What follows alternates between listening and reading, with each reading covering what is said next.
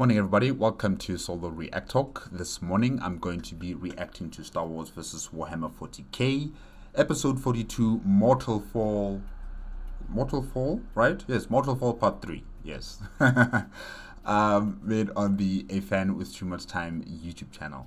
If you guys want to check out my previous reaction to the other episodes and parts, remember that the playlist card for my reactions is going to be at the top right here. If you want to check out the original video as well as AFanWithTooMuchTime's YouTube channel, the links are going to be in the description below. Yes, I'm watching part 3 and the after talk. That will be coming next. So stay tuned for that as well. I think I might just separate them. I'm not going to combine them together, because what I've realized is that, you know, people don't see it when it's combined together. So I'm going to keep it separate like how I've done before, and you'll be able to watch part 3 on its own, and then the after talk will be on its own as well. Yes. Alright, let's start. Now, in part 2 of Mortal Fall, we got to know about the lady. Well, she is still a lady, yes. An assassin, a bit loose in the head because of her multiple personalities, but she's still a lady. Hecate, the broken assassin of the Avesra temple, and how she was recruited by Samuel Wyler. He's a Wyler. Samuel is a Wyler. I've been told that there is another Wyler in the Star Wars galaxy. I did not know who it would be. I never suspected that it would be Samuel Wyler. And to my surprise, here it is. You know, AFanWithTooMuchTime just drops us with this bomb. He just drops us with this bomb, and then we have to move on with the story. Like this is not something that's world shaking right here. Really. I mean, it's hard to deal with Tar Wyler alone. And now we have Samuel Wyler as well. Hopefully, no, he doesn't seem as crazy as his brother. He just doesn't seem as... I don't know if they're brothers or is it uncle and nephew. I'm not entirely sure. But he's not as crazy as his other family member. You know, Tar Wyler is a sort of craziness that is very dangerous to the Imperium of Man. I believe he's very dangerous. What he wants to do is not really to the advantage of the Imperium of Man forces in the Star Wars galaxy. It's to their disadvantage. Can't be killing so many people on one planet, such important personnel. No, I don't really subscribe to the plans of Tar Wyler. So yeah, Samuel Wyler, he is different. You know, he's not like his brother or his family member. He doesn't really have the sort of insanity that Tar Wyler has. He is still an Imperial soldier, no doubt. He's loyal. He knows what he has to do. He knows what must be done. And I can expect nothing less from Samuel Wyler. So yeah, Samuel Wyler and Hecate are now fighting against Mace Windu and I almost said Luke Skywalker. Obi-Wan Kenobi. Yes, they're going to be fighting against Obi-Wan Kenobi and Mace Windu. I don't foresee them dying in this part 3. Mace Windu and Obi-Wan Kenobi, they have already fought against Imperium of Man soldiers before. You know, when you think about the librarian, what was his name again? Saffron. Yes, him. They've already fought against a very powerful librarian before, so they've learned how to deal with you know, powerful opponents in the Imperium of Man forces. However, it's the rest of the army that I have an issue with, that I'm worried about. You know, the Galactic Republic forces that have been sent there, they are being decimated.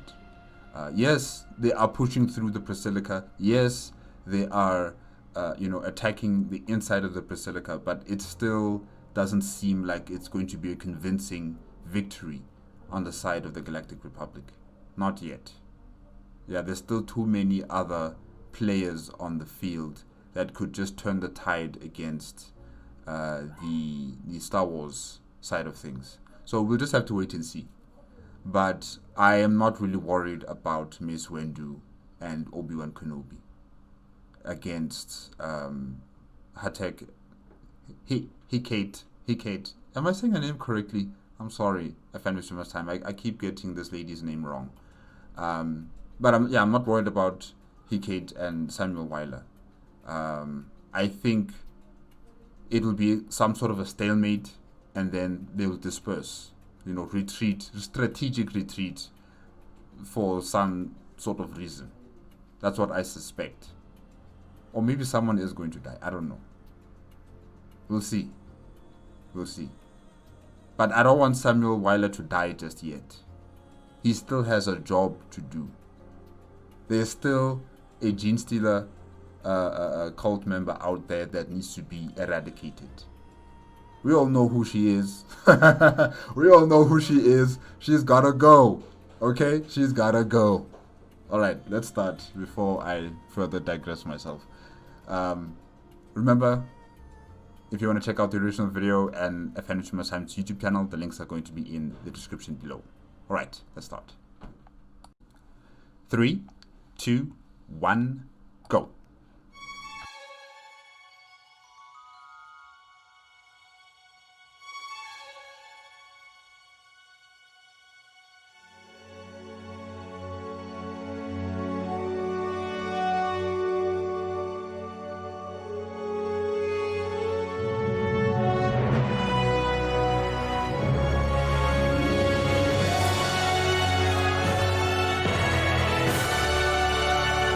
Obi-Wan's arms and legs, his entire body really, down to what felt like his very hair follicles, were burning, flaring with the aftermath of his copious exertions. When was the last time he had fought this hard and this long? Jabim? Geonosis? Both early conflicts, points of comparison that were next to useless in a fight like this, so long after he had left that version of himself behind. And also, no offense to the droids, but you guys are not really the best opponents for Jedi, Okay, yes, there are some droids that have been designed, that have been, specifically designed to take on Jedi, but there are not enough of them. And all the other droids, they're like mid-tier, yeah. So what they're dealing here, in terms of the Jedi, what they are dealing with here in terms of the Imperium of Man, it's just a totally different, ball game. And it's difficult. It's tough. Yeah. Things he could do now, the feats he could perform, would have shamed his younger self 4 years ago. And so, the kind of exhaustion Kenobi now felt was of a different nature, a different core, than he would have experienced in those battles.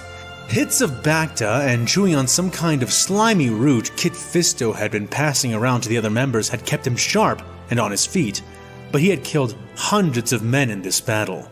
He could kill thousands of droids in a single fight, of course, but these Imperials were nothing like the Confederacy, at least not when it came to their ground forces. His eyes hurt from the amount of rapid movement they had been making. His skin ached from the heat of 1,000,001 close calls, and he couldn't keep his arms from trembling ever so slightly, muscles kept aloft and strong by the touch of the Force, having long ago surpassed their limitations. And mind you, these guys still come from space when they were dealing with the Imperium of Man forces in orbit, and now they're on the planet, they're fighting on Axum, and they haven't really had the chance to rest. So you can imagine the type of strain this has on their bodies. All the Jedi, as well as the clone troops. Fighting against the Force that is just not like the droids at all. Having only sporadically rested, Kenobi wanted nothing more than for this battle to be over. But to make that happen, he needed to keep moving, at least for a while longer. Obi-Wan flanked to the right while Mace went straight down the middle towards their singular target. The blue-eyed master had to keep his eyes half-lidded to dim the brilliance of the clash that resulted. Purple radiance smashing like a violet solar flare against the bristling white crackle of an unstable planetary shield, which of course was represented by their enemy's blade. Their exchange was as bright as a searing lightning bolt landing right in Master Obi-Wan's very face. In fact, it occurred to Kenobi that this was likely one of the reasons their troops had not tried to engage the lone Imperial, whom they had surrounded already. That, and the fact that he was usually dangerously close to either Mace or himself, but the actual light given off by their rapidly clashing sabers was not helping matters. Okay, I kind of see that, but when you think about Order 66 and how the clones would surround a Jedi and kill him, you know, or kill her, they can do the same here with Samuel Wyler if they really wanted to, but they don't for some reason, you know. They're encircling these guys, well, in particular Samuel Wyler. Do what you guys are able and capable of doing. Or maybe the Emperor. Oh, he's not the Emperor yet, but you know who I'm talking about. Maybe Emperor Palpatine will have to order 66. You know, make that order, and say specifically target Samuel Wyler. You know, don't target the Jedi, not yet. Target Samuel Wyler. Yeah, is that even possible, or is it already? You know, pre-programmed into them that Order 66 means kill the Jedi. Master Mace Windu was outperforming even Obi-Wan's expectations of him, pulling the Force into his body and empowering his strikes like the other master had never seen before. And yet, the Imperial contended, large booted feet digging troughs across the debris and dust-laden ground, resisting Mace's strength as he parried and blocked the amethyst-hued strikes Windu was slamming his way. His form was like some kind of brute force fusion of Xian and Niman, focusing on his size and strength, shoring up his defenses with the Force, inciting bursts of power and speed, while viciously exploiting or creating openings. Seeing a big bear of a man like him move so swiftly and so fast would have disoriented Obi-Wan had he not been a Jedi trained in a temple with various large yet deceptively fast fighters. Still, impressive a fighter though he was, the Imperial was, nonetheless, cornered and outnumbered, and he was, at best, equal with Master Windu, and that equality, if it even existed, was quickly draining out from the various blows the dark-eyed agent had already taken. He had no way out. The big imp had to know that. And yet the man kept on fighting and fighting. Despite not being as heavily armored or armed as Safran, nor as powerful in the Force as the Librarian had been, he was somehow succeeding in staving off their assaults again and again, and had already survived strikes which should have killed a normal human. Obi-Wan nodded to himself, reaffirming his earlier deduction. The Imperial agent they were now contending with must be a Space Marine. Oh. To be ignorant. It must be so nice. It really must be so nice. No, Obi-Wan, this is not a Space Marine, not even close. And you dealt with a Space Marine before. Safran is a Space Marine, a Librarian, but a Space Marine still. So you know what a Space Marine looks like. How could you think that this is a Space Marine? Okay. Or something very, very similar. The man... Well, yeah, you could say that. He's also augmented. You know, Samuel Wyler, he's augmented with bits and pieces that enhance his abilities, his strength, and what he's capable of doing. So definitely. Man was of singular skill and technique, and so Kenobi did not leave all the heavy work to his fellow master, driving down and lancing in with his saber towards an opening that Mace had created for him to exploit. As with several times just previous, Obi-Wan felt that the battle would now end as his searing blue sword of light bit the air, humming as it sped in towards the gap in their foe's defenses. Kubik, why is Samuel Weiler just fighting with one hand? Like he's like he's some sort of master teaching a student, and his student is Mace Windu. You know, he's just fighting with one hand. He's like ha ha ha ha ha. And then Mace Windu, I think he has two hands. Yeah, he's holding his lightsaber with both of his hands. Wow. Okay. Samuel Weiler. Here, the fight would end. It had to. And yet, the Imperial defied them again, face creasing, black eyes shimmering as he bellowed out a roar of exertion and pushed down on Mace's blade, changing the angle of their clash and hoisting himself up and out of the way. The insane maneuver had him flipping over their heads as he avoided Kenobi's spearing strike, Windu grunting as he was suddenly made a pillar for the agent's support.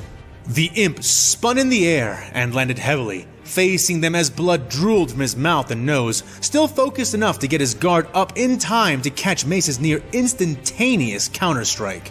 But he was not quick enough to perceive that the high attack he had just caught was intended to make him vulnerable from below, a fact Mace Windu capitalized on right away. The dark-skinned Jedi Master kicked up with his knee directly into where the Imperial man should have had his liver. The blow hit like the unsheathed uppercut of a Gendai berserker, driving up into the man as it took the air out of the Imperial's lungs. Mace spun, pushing his enemy's blade to the side and kicked him in the ribs through the course of his spin. The attack sent the imp stumbling off balance, losing his feet and landing on his back. Man, Mace Windu, you throwing hands now, huh? You've given up on the lightsaber. It's like, nah, to hell with this. Okay, Mace. Groaning, he squinted his eyes as he recovered, and then opened them wide as he barely intercepted Windu's descending blade tip, shoving it far enough to the left to keep it from impaling his chest. The saber turned molten the ground 2 inches to the right of the Imperial warrior's body, bloody teeth grit and bared, defiance burning as brightly as ever in his odd black eyes. But even now, Obi-Wan could see that the fight was as good as over this time. Standing back to cover Master Windu, but letting him finish his work, Obi-Wan watched the final moments of their 2-on-1 match. Mace withdrew his saber from the smoldering hole he had left in the metal ground and swept his weapon in an overpowering downward chop. Samael caught this strike as well, lethal light trapped on the sparking surface of his own energetic blade, but barely had the strength to hold it up, groaning again and even more loudly, face tense, blood-stained teeth visible as Mace pushed down on their sparking swords, driving the Inquisitor's pure white blade down within lethal inches of the imp's own chest and shoulder. Above the agent, Windu glared down at him with an intensity that bordered on hateful sadism, his expression stoic as cut stone and as filled with malice as any Kenobi had ever seen.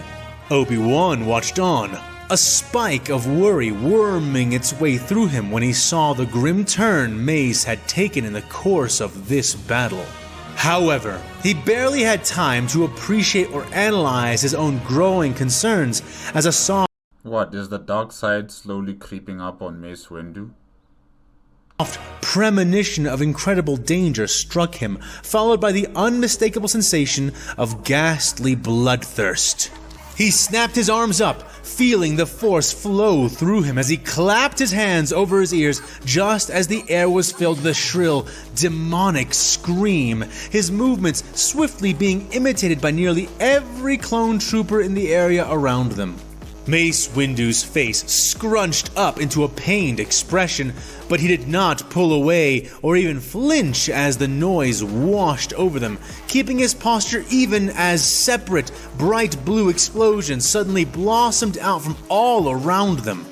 Mace Windu's locked in. He doesn't have time to listen to other distracting noises. No, he's locked in on Samuel Weiler. He intends to kill this man.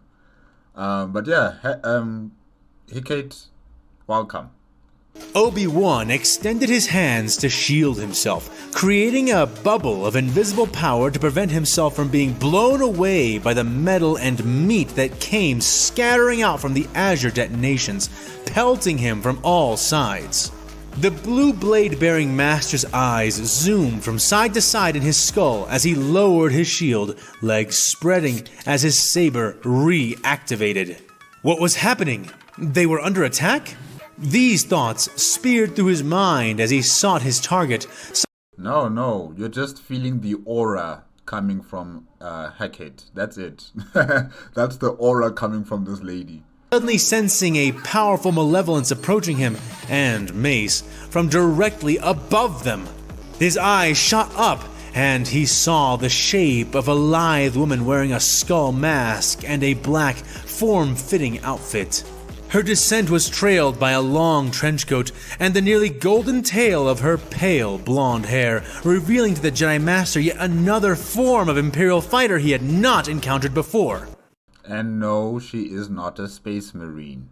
Okay, Obi-Wan? Mace spun to face her, his saber remaining pressed down against that of the Imperial Inquisitors, blocking the powerful double kick she aimed into him with nothing more than his forearm and the strength of the Force. And yet, even from here, Obi-Wan could see that Mace had instantly broken or fractured the bones in his forearm while performing the act. Oh my gosh. Mace, control yourself, man. Come on. Master Kenobi was already running forward, speeding in their direction as he watched the Inquisitor twist under their sword lock, sliding Windu's unattended blade to the left and kicking up at the same moment. His heavy boot caught the back and side of the Jedi Master's bald head, the blow rocking Mace, but did not drop him, though it left him open for another kick from the woman as she began to push off from his block. This time, Obi-Wan interceded, catching her kick in his palm and wincing. He had already been prepared to absorb an incredible amount of force, but not quite this much. By the Force, she kicked like a Herglick striking droid, maybe even harder, but Obi-Wan swept those concerns aside, closing his numbed hand and grabbing her tightly. Spinning on his heel, the Jedi drew in the Force and heaved, throwing her off and away from his fellow master just as the Imperial Mace had previously had pinned to the ground rolled off as well and rose to his feet. Turning to regard his friend and colleague, Obi-Wan saw that Mace was facing them fully with his saber side, his offhand painfully twitching behind his guard, blood trickling down from his ear and oozing from new scrapes he had just accrued. For a short time, the Master's wounded offhand was hanging and twitching, before it suddenly stilled and he clenched his fist, though it was certainly not as capable of delivering his deadly punches as it had been before his forearm had been fractured. "Master Windu, are you—" Obi-Wan began to say, but Windu nodded and waved him off with his injured arm. Hey, Mace Windu, now I'm worried about you, man. I'm really worried about you.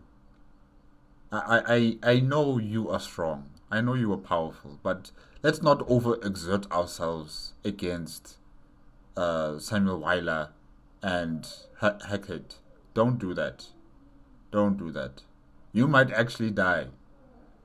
I told myself already that the chances of you guys dying is very slim. But if you just exert yourself upon them like this, you're going to be found wanting. You're going to expose yourself. And then they're going to kill you.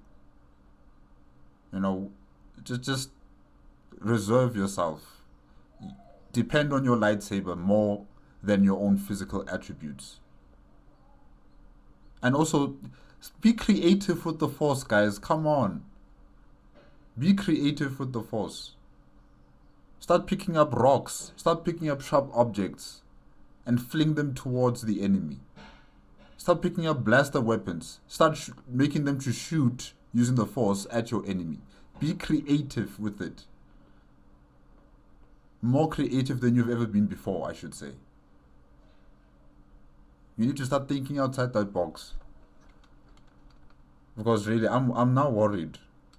In the beginning, I wasn't with Mace Windu, but... I'm fine. Let's focus.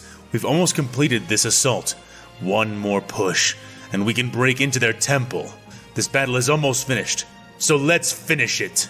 Mace said, eyes narrow and burning from within. Don't count them out just yet, Master Windu. All forces are still recovering from those explosions. Visibility is bad and only getting worse thanks to all this smoke and dust.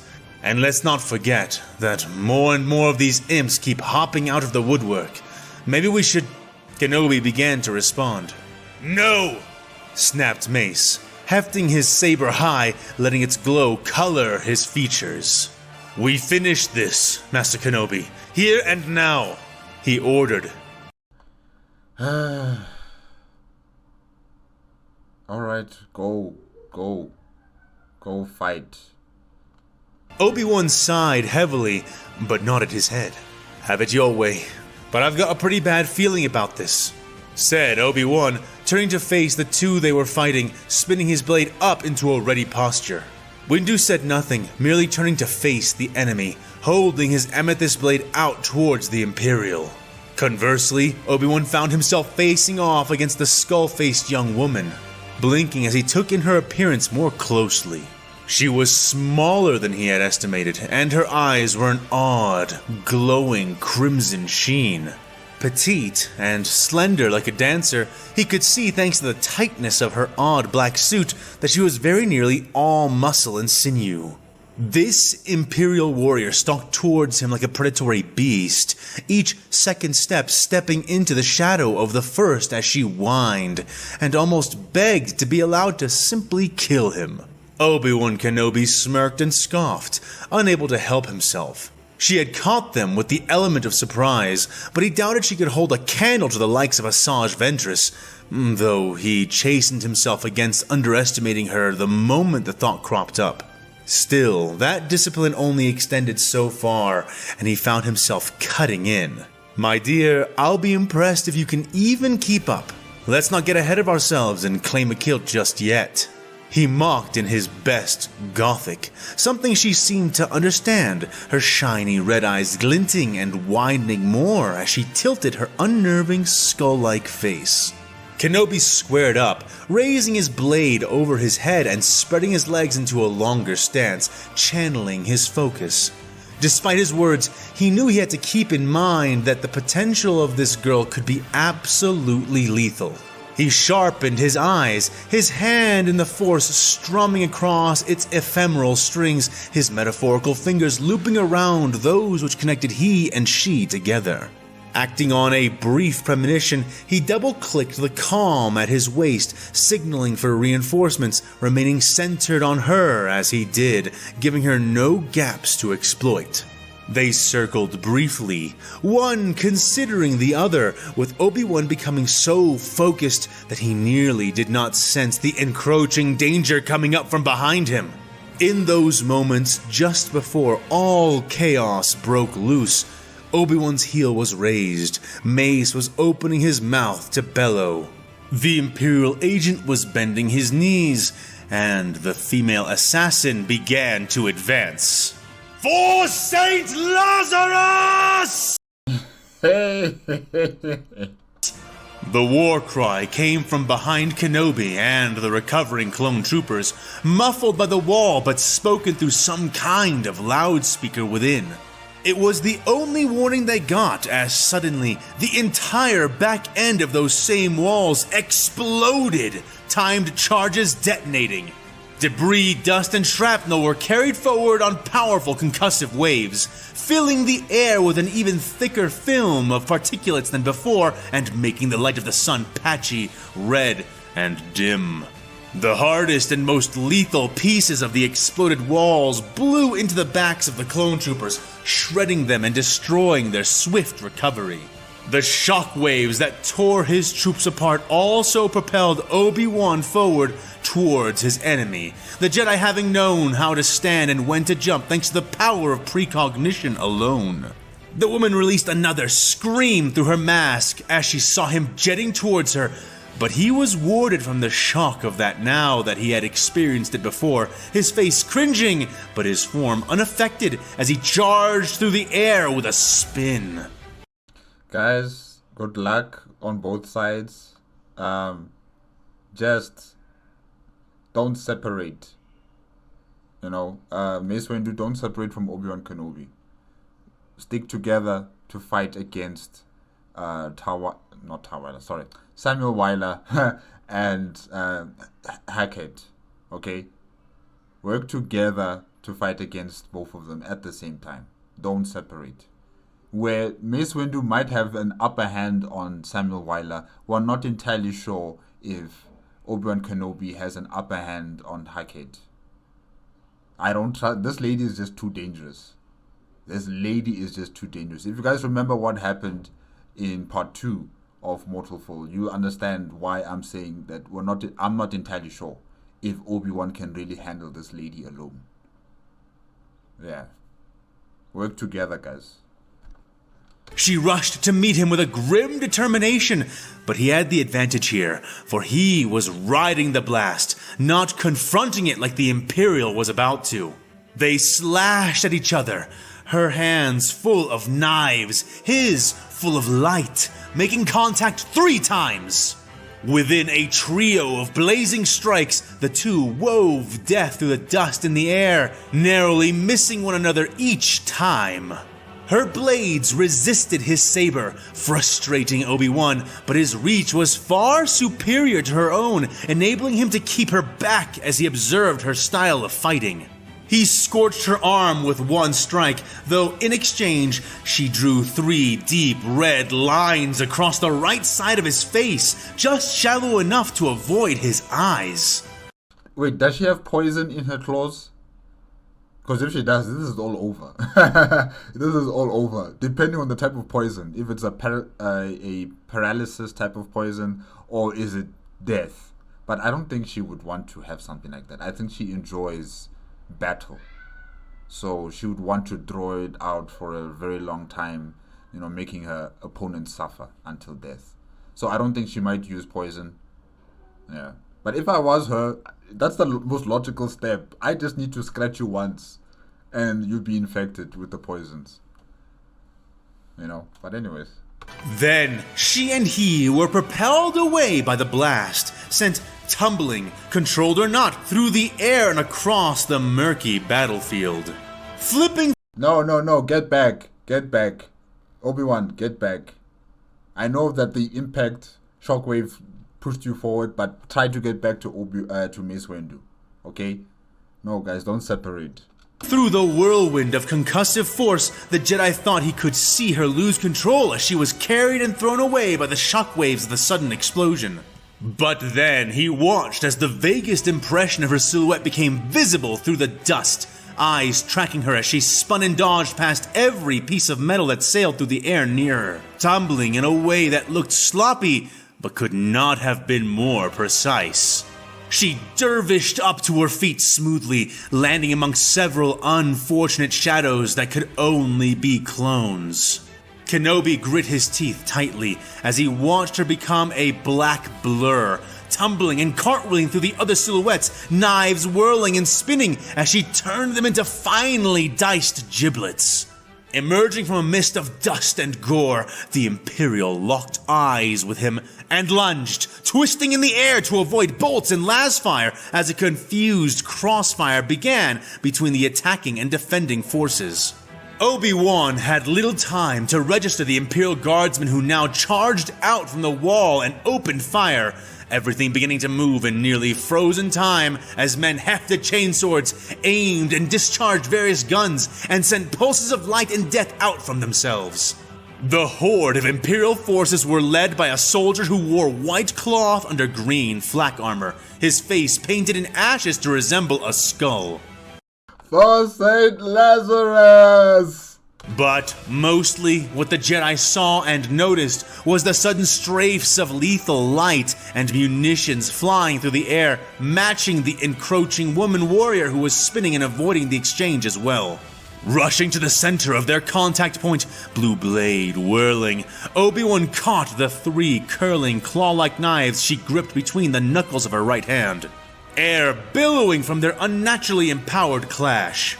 His sword sparked and keened torturously, her hooked blades holding his saber in place as she leaned inside of his guard, ruddy eyes wide and fixated on her foe. Obi-Wan tensed as he saw her left hand slice up with 2 other blades, these claws cutting the air and rushing for his throat. He caught the strike with his free hand, grasping her by the wrist and barely managing to keep her attack at bay. Struggling and sweating, he pushed against the Imperial woman's unnatural physical strength with his own force-wreathed power.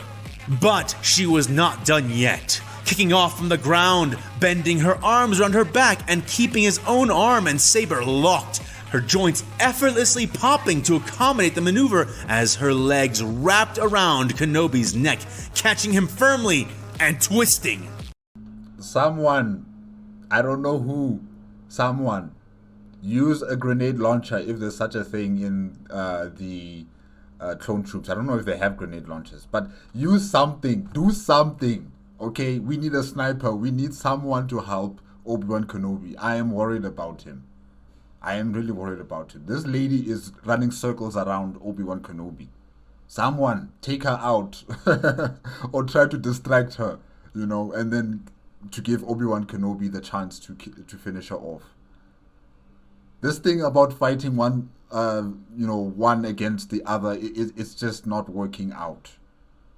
You need to beat them with your overwhelming numbers. There's no time for honor. There's no time for any sort of respect for your enemy. No. You have to outnumber them. You have to crush them with your numbers.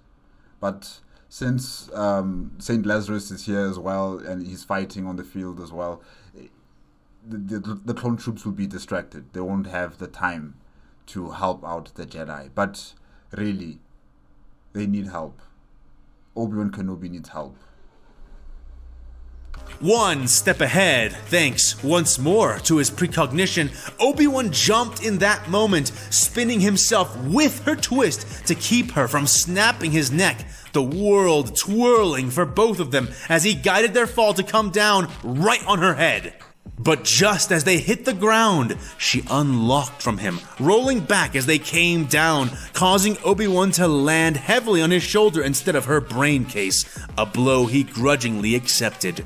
On his back, Kenobi spun his legs to throw himself back up to his feet, rising only to fall backward again as he avoided a volley of blazing lethal lasfire, rolling backwards and rising once more into a crouch.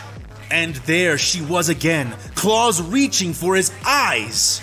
He rose up, her blades correcting for his movement, and grabbed her wrist without even needing to think on it, only able to keep up with the attack by throwing his thoughts and mind away. Only the Force.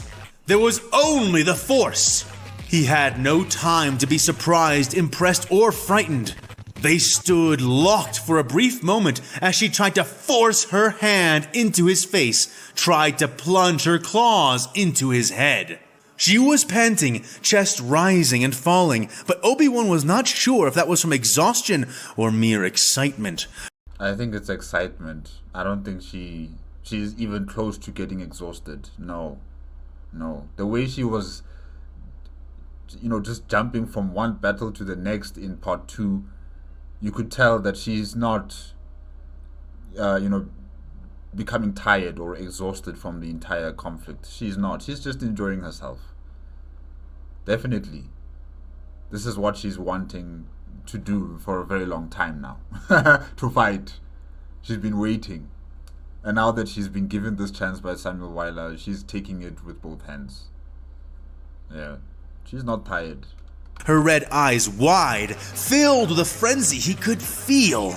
His arm trembled as he held hers back, using the Force to hold his strength and keep her claws from propelling themselves into his eyes. But his footing did not hold, and groaning, Obi-Wan began to slide backwards on the ground, feet skidding as the woman he was battling with began to walk and then run against him. By the Force, what are they feeding you people? Kenobi grunted before slashing at her horizontally with the blade he held in his primary hand. The lightsaber streaked and then was halted, caught on the 2 other claw-like daggers she wielded in her offhand. He pushed against her, laying in on his own pressure as she pressed into him, beginning a contest to see who would buckle first. The answer, unfortunately for him, was obvious. She screamed in his face, the sound a keen that threatened to break his composure. She was so small, so lithe, but utterly terrifying. She's like a banshee, you know? She's like a banshee. He took back what he had considered before. This woman was easily the match or superior of Asajj, and as Obi-Wan probed her thoughts, he scrunched his face and mentally recoiled. She was evidently prepared for that kind of attack, her mind being composed of 1,000 blood-red shards, each one seeking to cut into him, even as he grasped the ones he could reach. The Jedi was horrified by the implication of that. How many times would a personality need to collapse to create this kind of mental structure? To break a mind so many times that its natural state became so segmented. Each shard, a broken piece of a whole, polished into individuality, flowing together and coming apart like a shoal of cooperative fish. He never felt that kind of mental defense before, and he briefly considered if the roaring girl before him was not some kind of humanoid alien.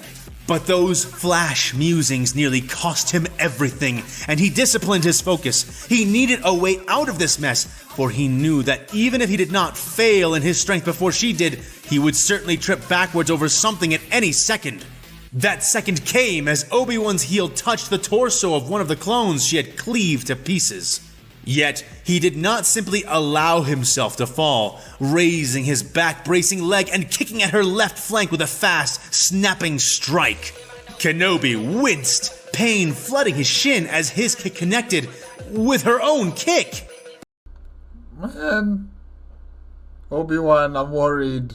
At least she had been forced to stop shoving him back, having only one leg now to hold herself up. Both the Jedi and the assassin balancing precariously on their single standing limbs. That kind of, if you imagine it, that's kind of funny. That's really kind of funny. They're hopping on one leg. While all three others remained locked and trembling, each countering the other. Okay, I'll admit it. He grunted, her knives clawing tips an inch and no more from his eyes. You can keep up, the Jedi managed to say past his clenched jaw as she kept the pressure on, despite having the use of only one leg. I like your eyes, Jedi. She growled unexpectedly in response, pushing a little harder, the curved tips of her blades drawing a little closer. Yeah? Let me guess. Imagining what they would look like outside of my head. He groaned. Yes. Using more and more of the Force just to keep himself upright. She suddenly blinked and tilted her face, affecting a surprised posture, the fistful of pressing daggers weakening in its pressure. How could you tell? Did you read my mind? No one can read my mind! She snapped at him. Nah, you're just predictable, you know, Hatek. You're just predictable in that sense, you know. Your bloodthirstiness, yeah, it just tells a lot about you. And he can just deduce what you really want from him, you know, in terms of his eyes. It's just that simple. Obi-Wan took the opening she presented with her distraction, altering the sideways press of his lightsaber to angle further up, bending the knee of his single standing leg to crouch. All the while, he pushed up with his locked leg and pulled up instead of back with the hand he had locked around her wrist. Her bladed fist came forward, Obi-Wan twisting his head to the left to narrowly avoid it as it was slanted up and briefly bringing their faces together. One covered in its own blood and a pale, pained expression, the other spattered in the gore of many, hidden behind a white skull. She went to headbutt him immediately, making him catch her masked strike with a small Force buffer before he twisted around, brought his leg down, and threw her a second time. The Imperial assassin belted his ribs with a kick as she passed, spinning like a gymnast in the air and landing smoothly. Obi-Wan panted, rubbing his side with his free hand and shaking his head. Mace Windu, where are you? Oh gosh. I didn't have to read your mind, he said, as he brought his glowing blue lightsaber before himself. Liar, cheater, witch! Hecate accused as she began to stalk forward once more, head jerking to the right to avoid a stream of Lass energy. Kenobi shook his head again, taking his saber in both hands. Unfortunately not. I just seem to attract that kind of attention from the women I meet. After Hey, that's true. That's true. all, you're only the second lovely warrior to suggest such a thing, he said, spinning his blade for a moment before settling into a stance. I laid flowers at the grave of the last one.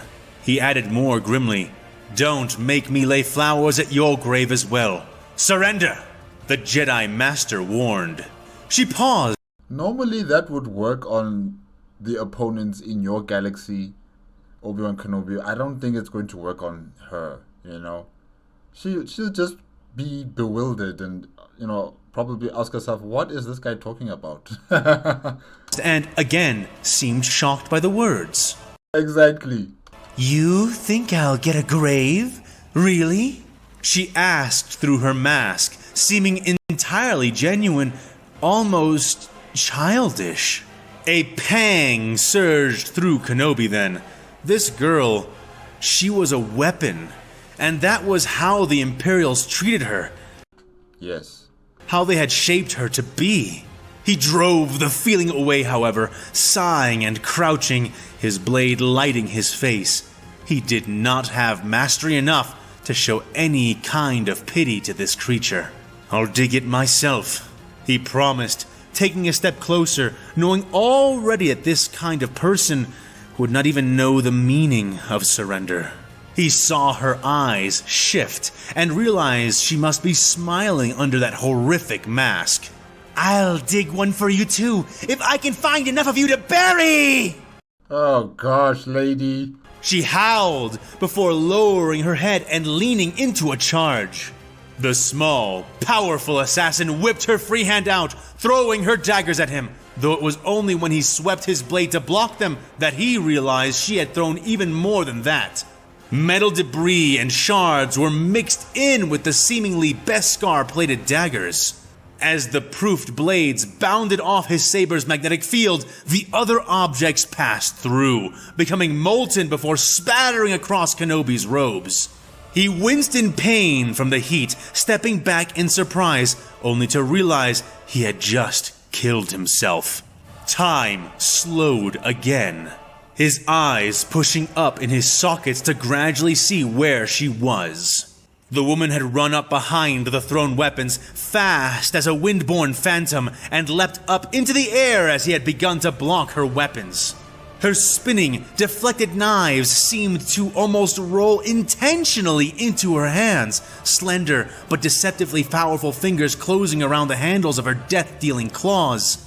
Her arms raised even now as she retrieved them and beginning to arc down towards her target. But Obi-Wan simply could not keep pace with the lunge, trying to bring his saber up to stop her, trying to summon forth the Force to push her away.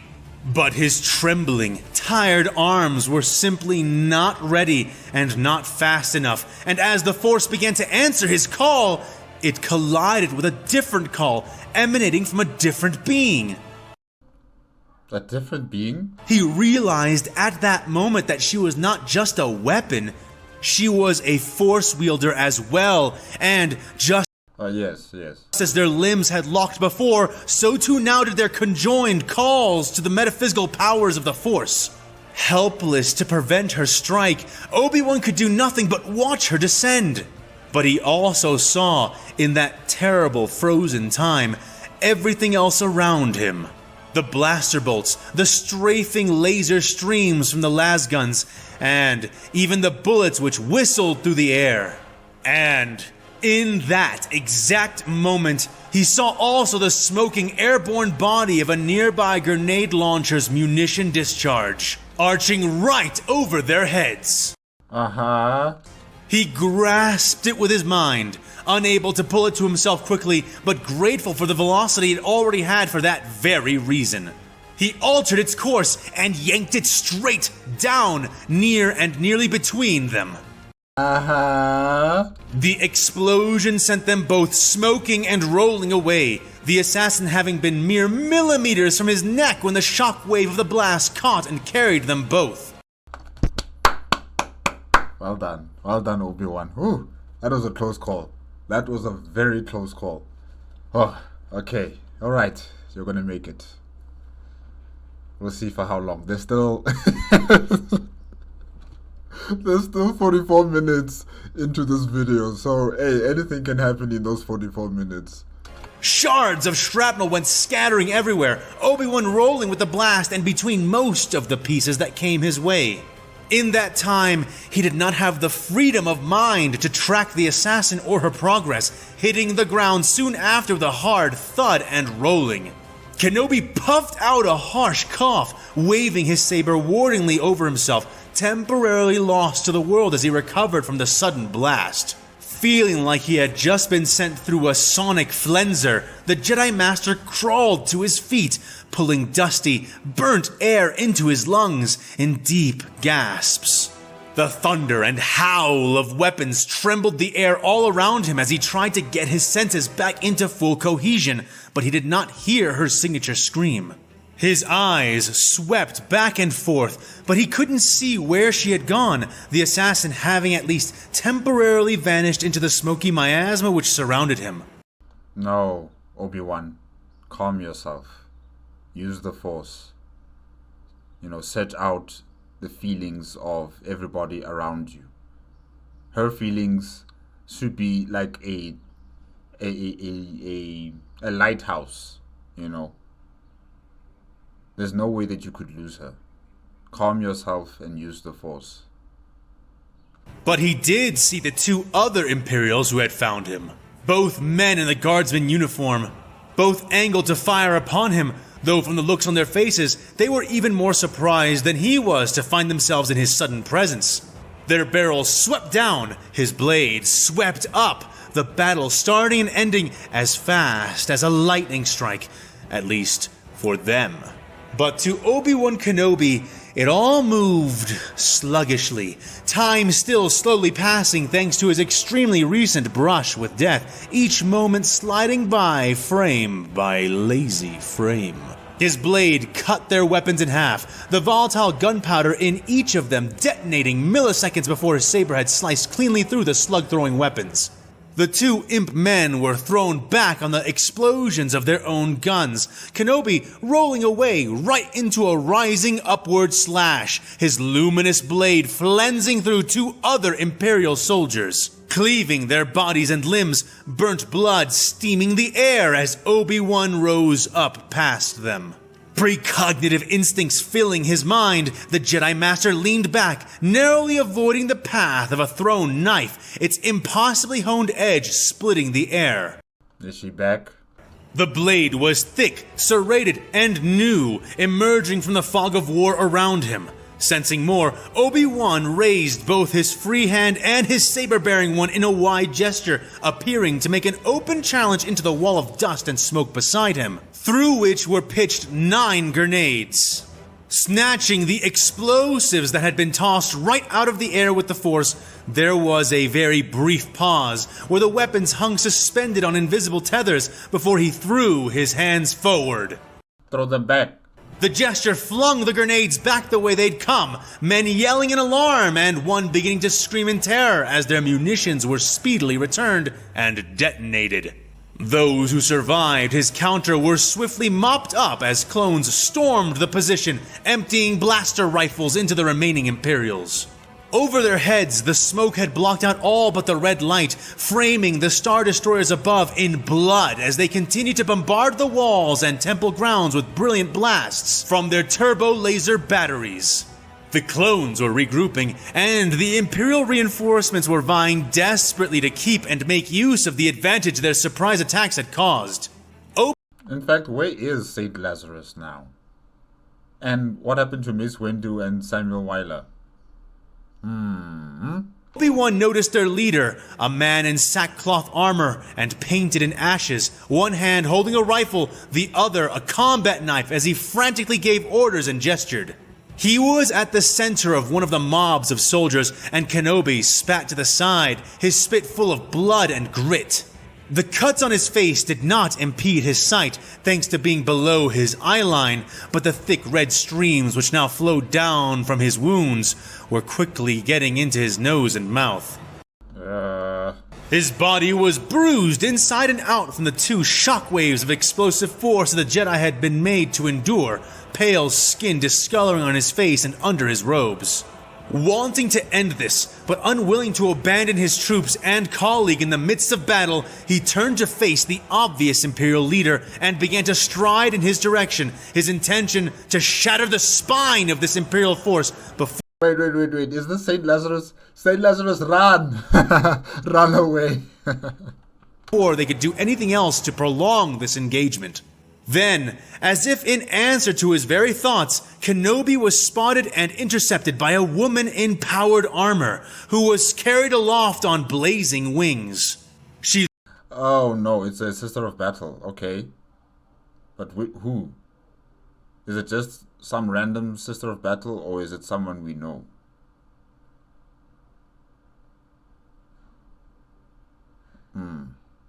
landed almost on top of him, the Jedi Master throwing himself with a Force-empowered leap and managing to avoid being pulverized like the two other clones she had landed on top of.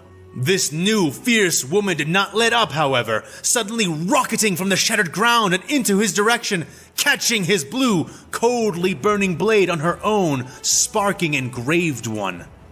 Man, Obi-Wan can catch a break with these ladies. It's back to back. Kenobi barely managed to catch her sudden attack, grunting as he sucked in a breath, his boots scraping across the ground and leaving small trenches in the dust and ripples in the metal as he repelled her. He swept out with his saber, throwing her back several feet with his Force-empowered strength. She recovered from this with a deft ease, a jet-powered spin correcting her in the air after she was thrown and bringing her right back to him, landing and drawing her weapon up into a combat stance. Her face was bare, furious, and streaked with blood, brilliant eyes rimmed in a golden shine. Obi-Wan straightened and shook out his shoulders before raising his blade. He could not help but worry about Mace Windu as Kenobi faced down yet another female warrior, this one the polar opposite of what the last had been like. Well, in most ways, though their bloodlust and frenzied skill were similar enough, as he would soon discover. And he hasn't fought against the Sister of Battle before, has he? Obi-Wan Kenobi. I don't think he has. This will be his first time. Good luck. Oh, finally, we're going to know what's happening here in this in this altercation here between Mace Windu and Samuel Wyler. But really, I think Obi-Wan Kenobi has to get back to him. They have to stick together. Because even if it is just Mace Windu facing up against Samuel Wyler, there's no assurity that he's going to make it. And with a fractured arm, it's going to be even more difficult for him.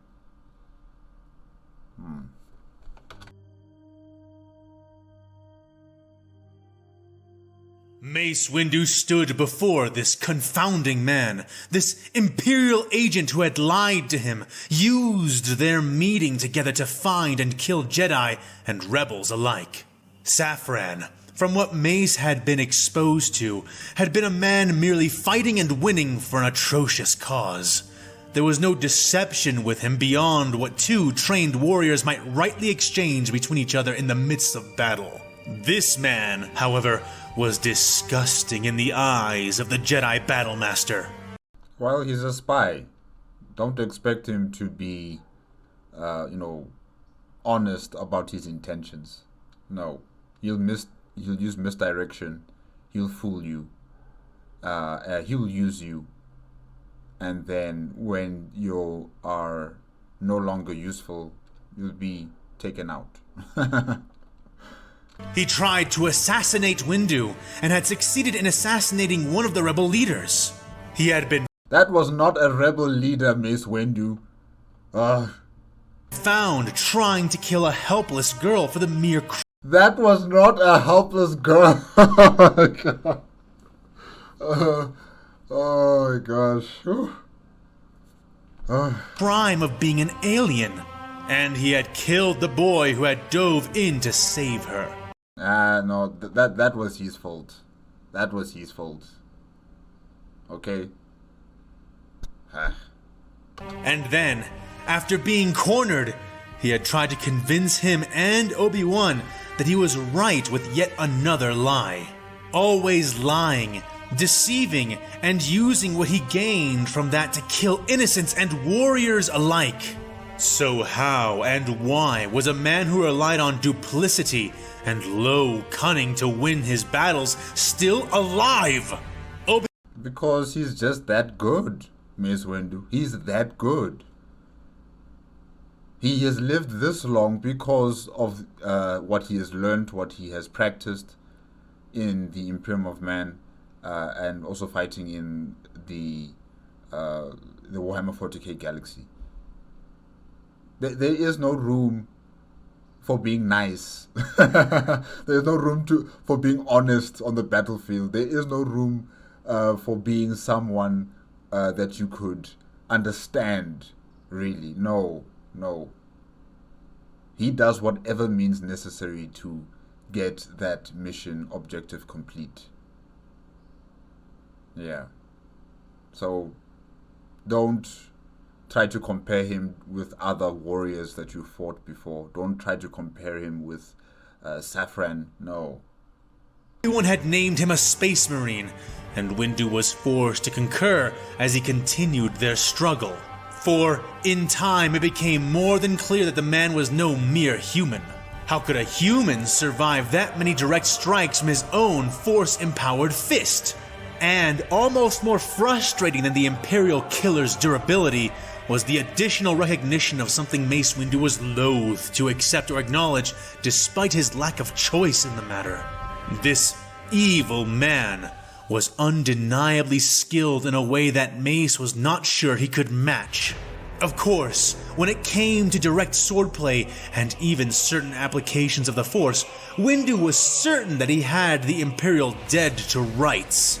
But the way the warrior of the Empire could just keep fighting, even with grievous injuries, that was what had the powerful Mace Windu performing mental double takes. It was one thing for a man to be resilient. It was another for him to seem effectively unaffected by the growing patchwork of wounds which were being inflicted on him. Yes. I think Samuel Wyler has the ability to block out the pain that he's experiencing or feeling on his body. I think, yeah, there's some sort of mental training that he's gone through that blocks out the pain. And maybe that's why he's able just to continue fighting and fighting and fighting. He sagged and bled and grunted with effort, but it was as if all of those signs of weakness vaporized whenever he would be re-engaged, not slowing or weakening, not acting worn down at all when sabers crossed. And now Windu had to finish him alone, and he chastened his discipline. The potent Lord of the Jedi had prepared himself for another encounter and aped Obi-Wan as the other master sensed the coming explosion. His wordless battle cry becoming commingled with the boom of the blast which erupted out from behind him. His feet kicked off the filthy steel ground as he accelerated towards his target, riding the wave of force like a Mantakan sailfish rides a wave of water. He bolstered the force of his acceleration with the power of his mind, throwing himself with abandon in the direction of the tall Imperial agent, who even then seemed to brace for the coming impact. The dark-eyed man swelled with his limited strength in the Force, dust and blood billowing off of his large body, born red teeth gritting visibly. The Imperial clutched his shimmering white sword in both hands and raised it forward as he exerted himself, cutting into the oncoming blast with a column of blade-like power. It was as though he had created a sharpened shield within the Force, bricks of plaster, shards of metal, and portions of bodies being cleaved in half by the power as they blew against his new defense. Mace met it directly and fluidly, spinning into the path of the enemy's invisible presence and connecting with it, Vapad engaging, though only with one arm. And yet, Mace drained very little power from it as he made contact.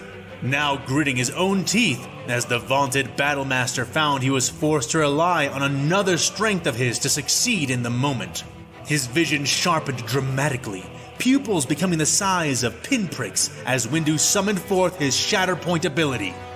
Okay, Windu. Seeing the lines that connected everything together, physical and metaphysical. Wreathing his left leg in Force-born power, Mace Windu kicked into the side of the sharpened barrier which his purple saber was barely holding him back from, colliding with the force field powerfully and shattering it completely. The Imperial recoiled, the wind and debris from the blast now buffeting him and throwing him back as Master Windu drove in and down. He angled his lightsaber for an impalement, eyes still enhanced by his latent talent for seeing weaknesses, intensity high as he sought to carve a victory quickly out of this man's chest. To counter this, the Imp released one hand from his saber, extending it and exerting out a concussive explosion of the Force, pushing himself up in a sudden burst of power and bouncing himself off in a direction Windu had not anticipated. The big man's body vanished through the wall of dust and debris the explosion had kicked up a moment ago, the Jedi Master scowling at the sudden turn. Mace flipped and cartwheeled briefly, arresting his momentum and skidding to a stop as what was left of the shockwave blew past him, billowing his torn and smoking robes, using the back of his saber hand to knock away the shrapnel that came flying for him. From where the blast had come, Imperial soldiers of various varieties came pouring out, a pack of savages which they had somehow missed or failed to contain when clearing the wall. A pack of savages? Okay. Windu noticed at once how they rallied around a man, another insane religious figure, his face covered in gray and white corpse ash, painted to seem more skull-like. They roared their religious zeal, and the Jedi... I'm seeing a commissar here, and it can't be Shadrach. Shadrach is in, the Basilica down at the Exterminatus weapon. So that it's not Shadrach. Oh, alright. So who is this? Felt a flood of anger spill into his blood, filling his veins with a rage he had difficulty controlling. These zealots dared to invade the order of the universe, to destabilize what his people, the Jedi Order, had been dying to preserve. Why was he being tested like this? Why would the Force allow such beings to even exist? Because the Force is not on anyone's side, Mace Windu.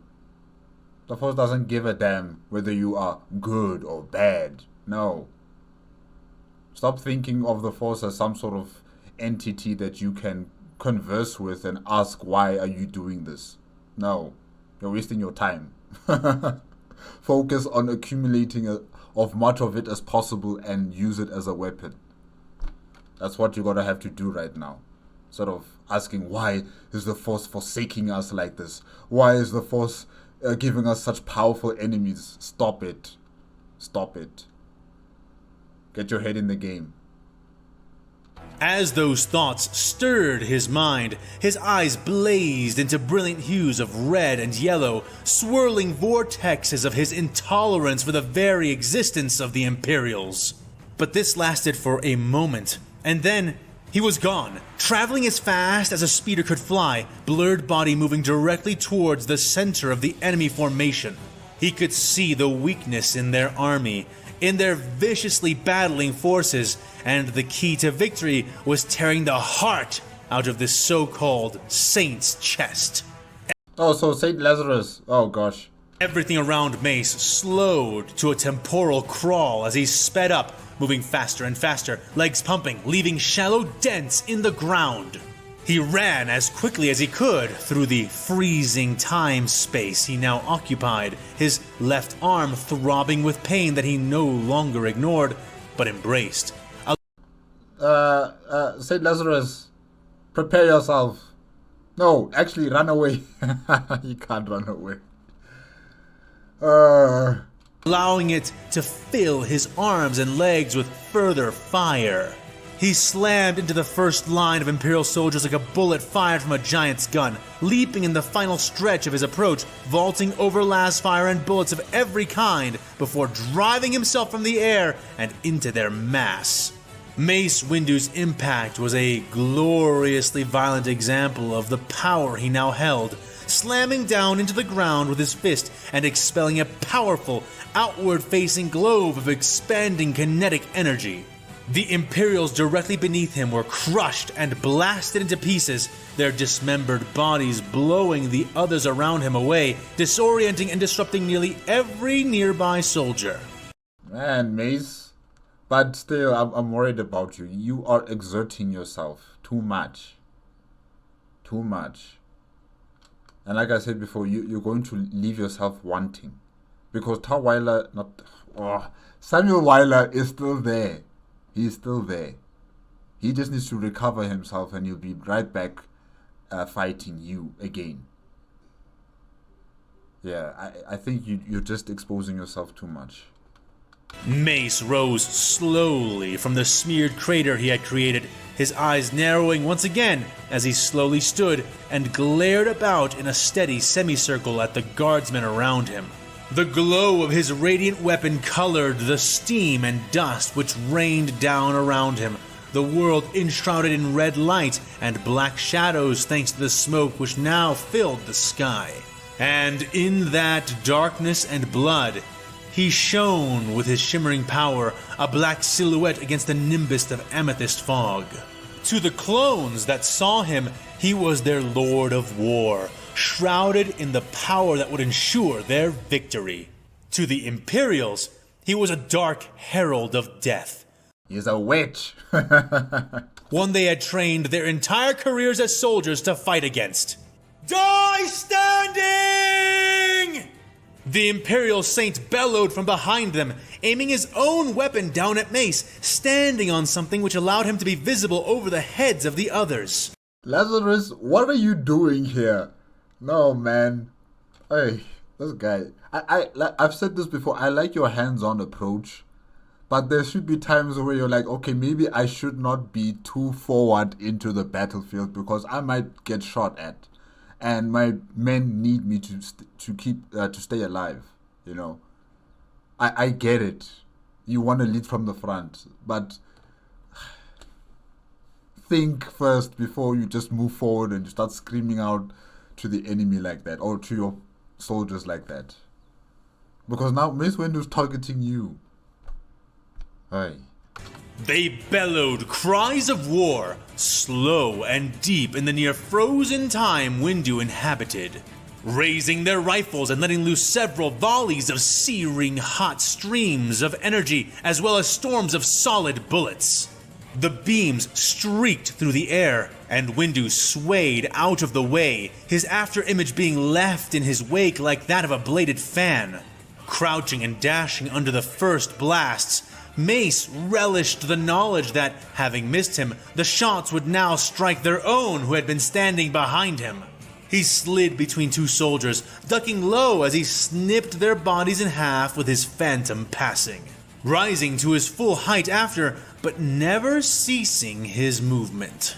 He cleaved two luminous beams of deathly light on the edge of his blade, deflecting them into the faces of the two men who had fired them. Master Windu whirled, saber out as he crouched low again, cutting the feet out from three more screaming men, all of whom had charged him with melee weapons of various kinds. As they tripped over their own lack of legs, falling forward and into each other, Windu, who crouched beneath and between them, thrust his broken arm up, holding it straight with the force and issuing out a column of power from his palm.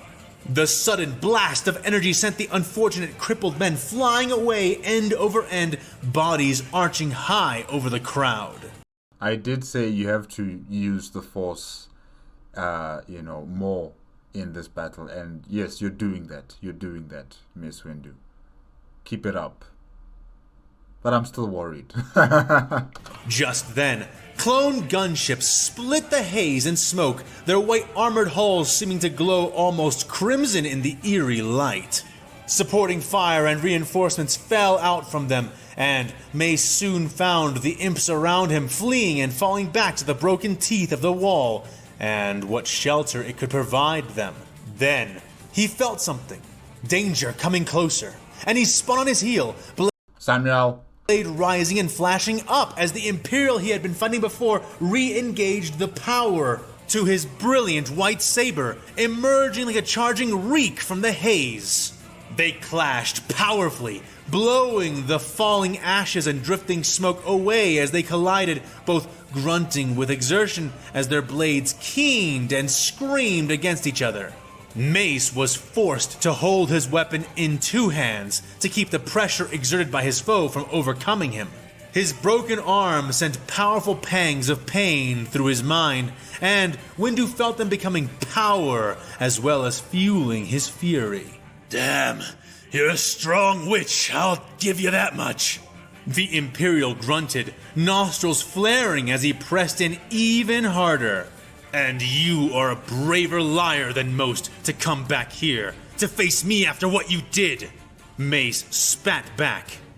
Okay, Mace.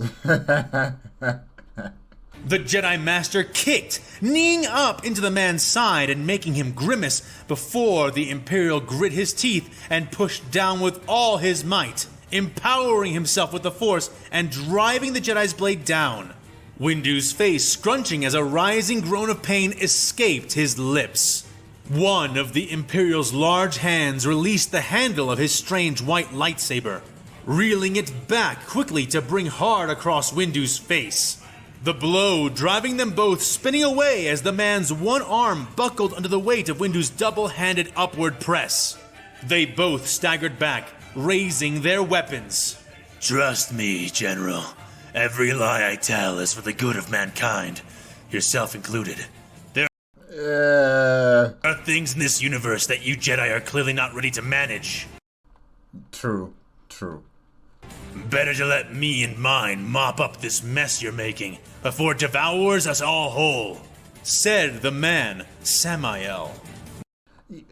I hear you, Samuel, but I think this conflict on this planet and wherever else in the galaxy has now transcended your mission to contain a far greater threat in terms of the xeno races like the Tyranids, or should I say the Gene Stealer cult. I get you. It's just that this battle is now gone beyond that, and you trying to explain that to Mace Windu is just not going to work. He already sees you as a liar, and why would he want to believe the words of a liar? Yeah, I get you, but it's too late to talk about this now. Mess we're making? You are the genocidal savages who came here and began killing our people. Something I won't let you do anymore.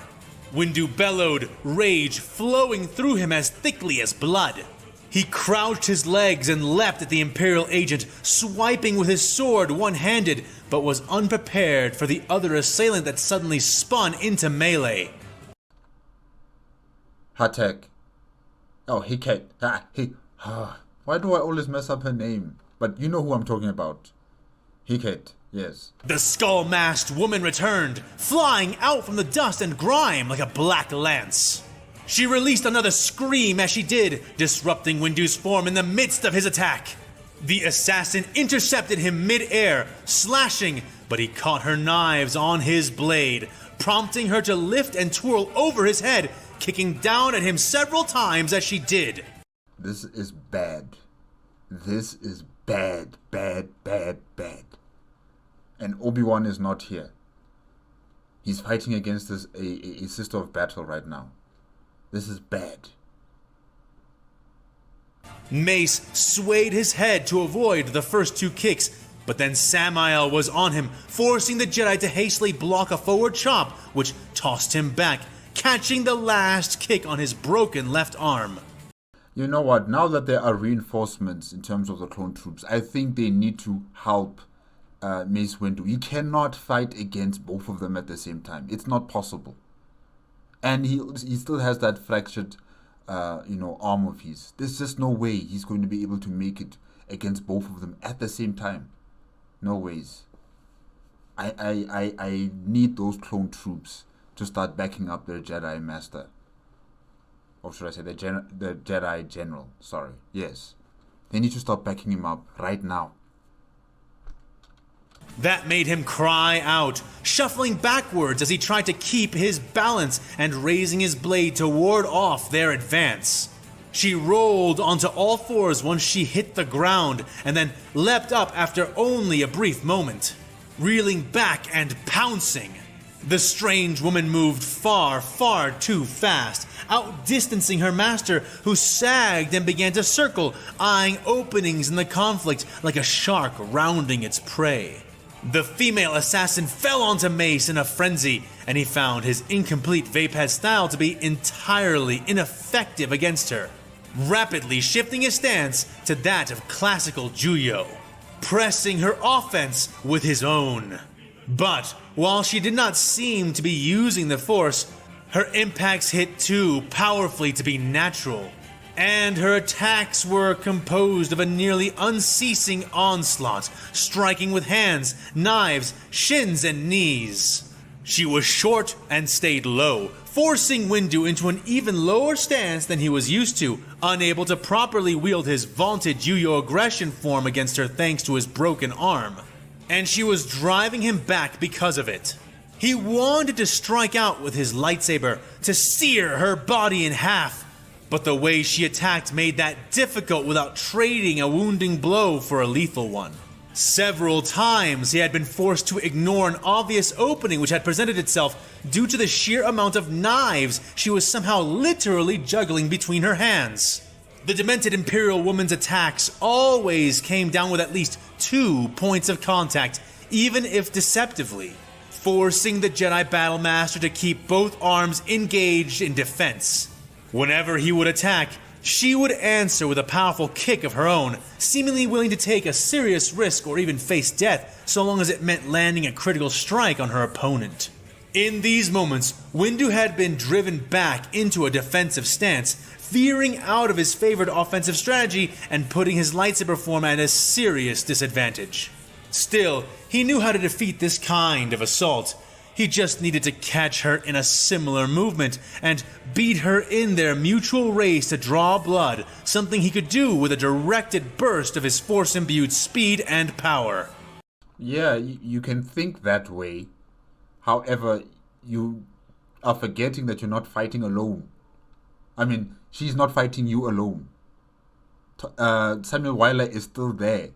He's waiting for that opportune moment where you think you have the advantage, where you think you have the upper hand, and he will take advantage of that very moment. He just needed to feel out when the right moment would come, something he could do with his Shatterpoint. But then, his situation grew more dire, as the first combatant returned as well, emerging with the speed and ferocity of a man far less injured than he was. There he is. Encroaching from the opposite side of his current focus. Windu spun to face him, throwing out a clenched fist to punch with. A fist the man caught in his enormous hand, absorbing the force of the strike as he grinned into Windu's face. He brought his own energy blade across the Jedi's midsection, intending to seal his fate. Grunting in pain, Windu swiftly snapped up his left leg, catching Samael's forearm with his knee to kick and drive away the bisecting strike. And yet, in the same moment as his kick, the woman rushed him, the fang-like knives between her knuckles borne forward in an attempt to strike. Saber locking with the second attack the Inquisitor attempted, Windu headbutted the Imperial man's forehead, stunning him for a moment as the Jedi leaned against his sparking white sword. Mace rolling around him and lifting a purple saber to catch the knives on his radiant blade. Pushing her off and away with a burst of increased strength, he found she could not keep hold of the knives, the weapons going flying in response to the unexpected counterstrike. But the assassin did not let it end there. Spinning back with the energy given to her, twirling like a top in the air, she caught Windu's chin with a solid kick on her hardened boots. As she flipped back and gained distance, Mace felt the jolt, felt his mind automatically scatter in response to the sudden, fast kick to his chin, and reacted instinctively with another expanding globe of telekinetic power. The exertion blowing his two combatants away as he gasped and staggered, vision splitting and distorting. With a deep breath, the powerful but slowing Jedi collected his senses, eyes focusing as he looked in either direction. Doesn't Mace Windu have some sort of, I don't know, like a Bacta tank, a Bacta spray of some sort that he could just spray into his mouth, or a pill, something just to give him that, energy, or to heal his wounds, especially on his arm? Is there nothing that he has on his belt that can help him out? Because this is bad. This is really, really bad. The moment they collect themselves, Hatek and Samuel Wyler, they're going to keep on pressing the attack on him, on Mace Windu. He is really not in the best situation right now. At all. Now he was really starting to feel the pressure, a stream of his sweat sliding down his face and across his lips, mingling with the blood that now leaked from the corner of his mouth. The two began to circle him from either direction, Samael facing him like a proper swordsman, sidestepping, his white blade flaring brightly as he angled it with both his hands in Windu's direction. Meanwhile, the other prowled like a predator, crouching as she pursued each of his movements with her wide red eyes, each ruby sphere glinting in the haze which surrounded them. And in the beginning it was Mace Windu and Obi-Wan Kenobi against Samuel Wyler. And Samuel Wyler, he kept up with them. Yes, there were parts of his body that he could feel the pain. Well, he didn't feel the pain, but he was given some damage by Obi-Wan Kenobi and Mace Windu, but he kept on fighting to the point where it seems as if these two were just not going to be able to give Samuel Wyler the finishing blow. But now the tables have turned, and it's Mace Windu alone facing up against Hatek and Samuel Wyler. But with them, it seems like they are going to take out Mace Windu. Wow. It just shows how powerful Samuel Wyler truly is. The fact that he can keep up with these two very knowledgeable Jedi, and yet when the tables have turned, the Jedis, or should I say Mace Windu, he cannot respond the same way like Samuel Wyler. He cannot do it. He has taxed himself to the limit. There's nothing left in him now. Hurry up then, Mace growled, his head turning from one to the other. I don't have all day, the Jedi Master demanded, knees bending and saber raising as he prepared himself. Hecate, remember, Warlock Prime, the Imperial man known as Samael said. Yes, just like an elf, the masked assassin hissed in cold delight. Together they launched, simultaneously flying straight into Mace Windu. The Jedi Master spun around, drawing color through the red air, amethyst blades sweeping upwards to clash powerfully with the downward slash Samael encroached with. Sparks bled from the crackling blades of energy, and both men were driven back from each other by several feet through the force of their strikes. Boots scraping the earth, dust filling the air in their wake.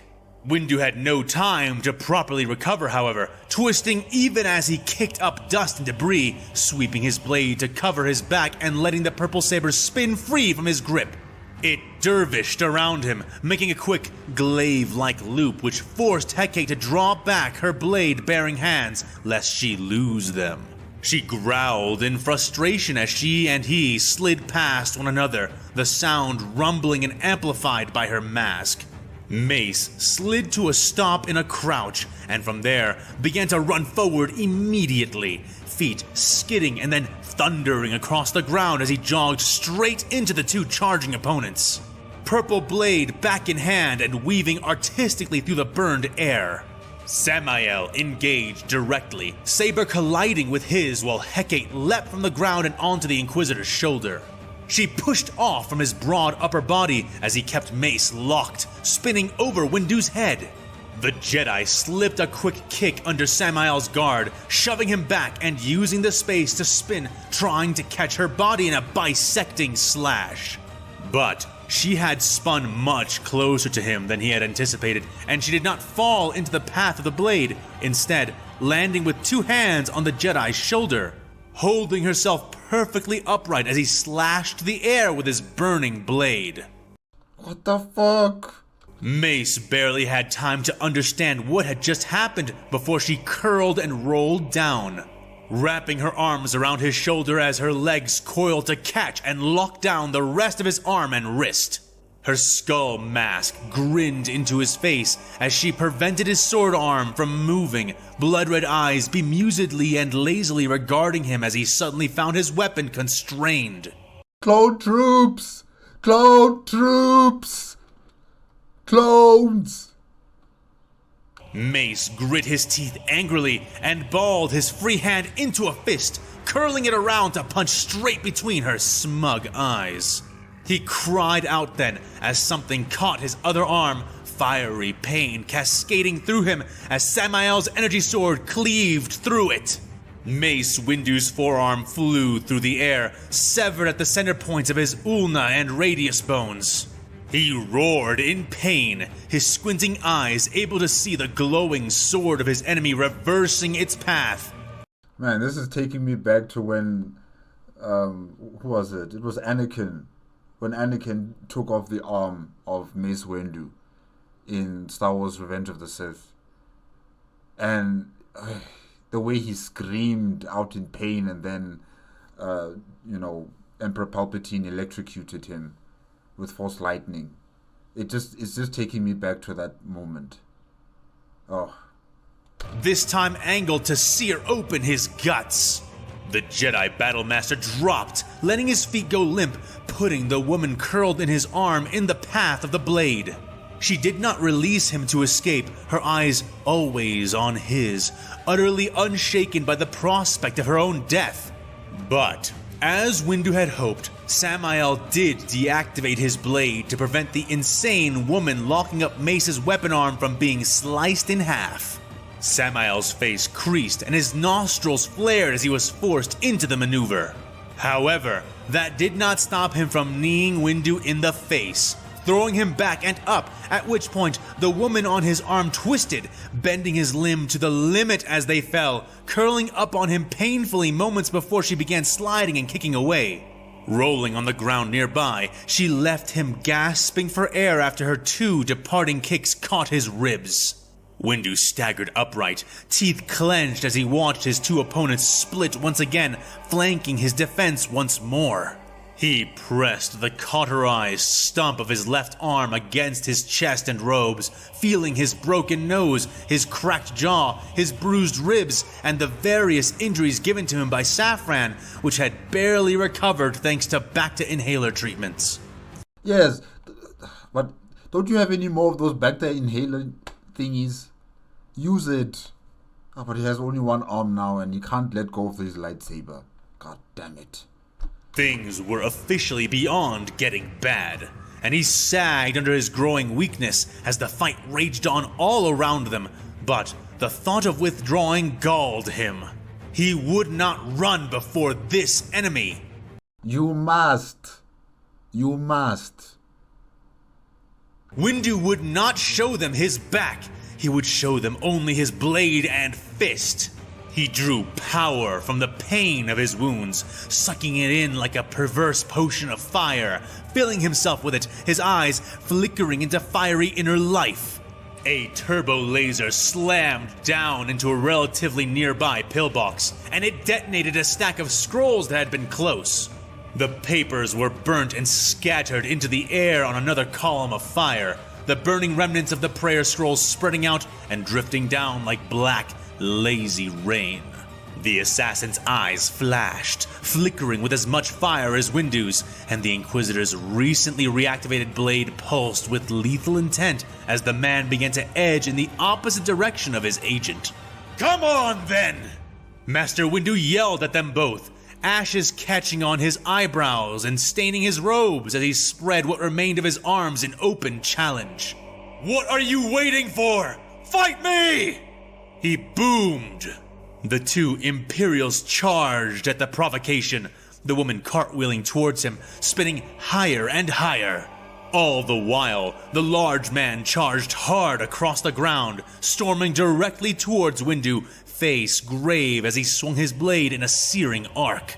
They were both moving in slow motion to the Jedi Master, their speed made sluggish until it was something he could track as he sucked in a new, heated power.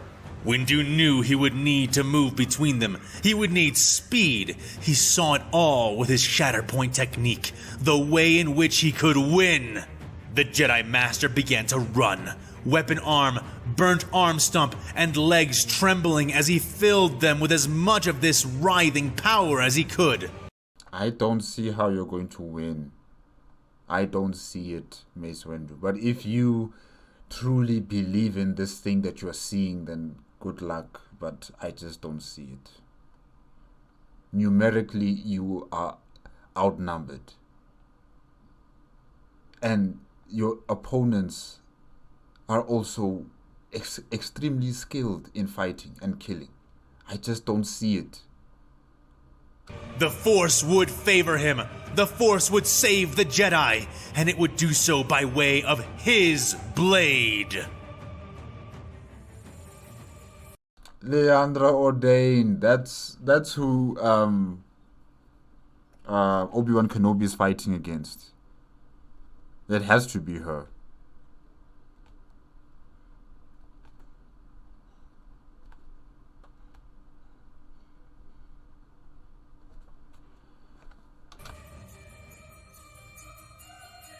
And if I'm not mistaken, isn't Leahandra protecting the Saint Lazarus, if I'm not mistaken, right? Leahandra Ordane felt her every muscle creak as she contended with the Jedi, who was himself obviously wounded. She would have had him, were she not just as worse off as he was, her vaunted suit of holy armor pocked with damage of every conceivable kind, several vital servos failing completely.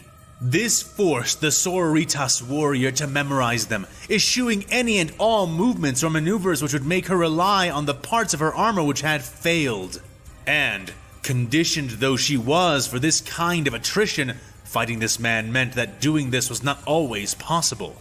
And he seemed to know it as well, appearing to learn those weaknesses more and more intimately with every passing, keening clash of their powered weapons.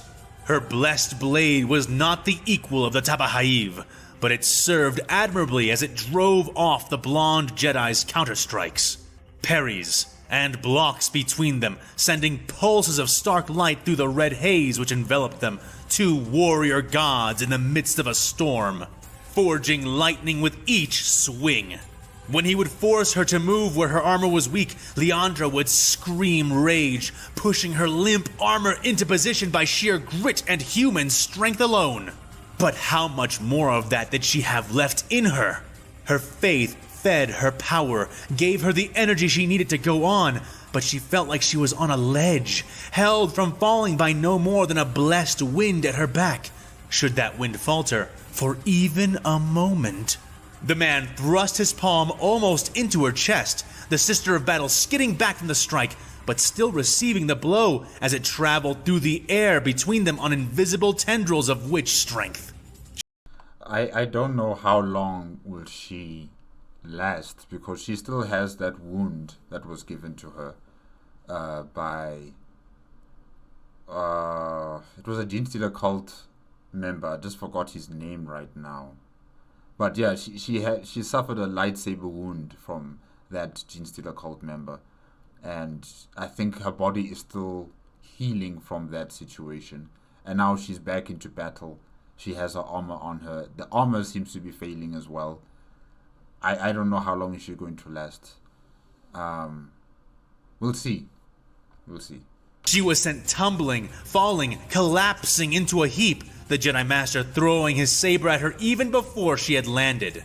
Using every last ounce of her combat awareness, she clumsily angled her blade into the path of the Jedi's weapon, grunting in shock as the glowing saber met hers with an unusually heavy blow, knocking her sword out of her hands and sending it clattering to the floor. But not the Jedi's weapon, which spun back up, guided by his heretical powers, arching into the air while spinning like a saw blade. Which?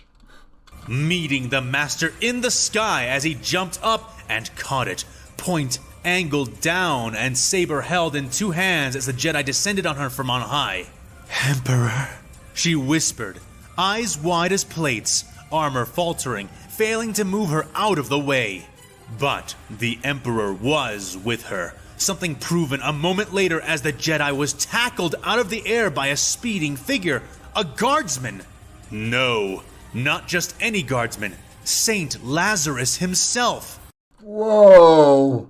Hey, this guy. Using his artificial arm and leg to propel himself upward harder than he might have with natural muscles. Artificial?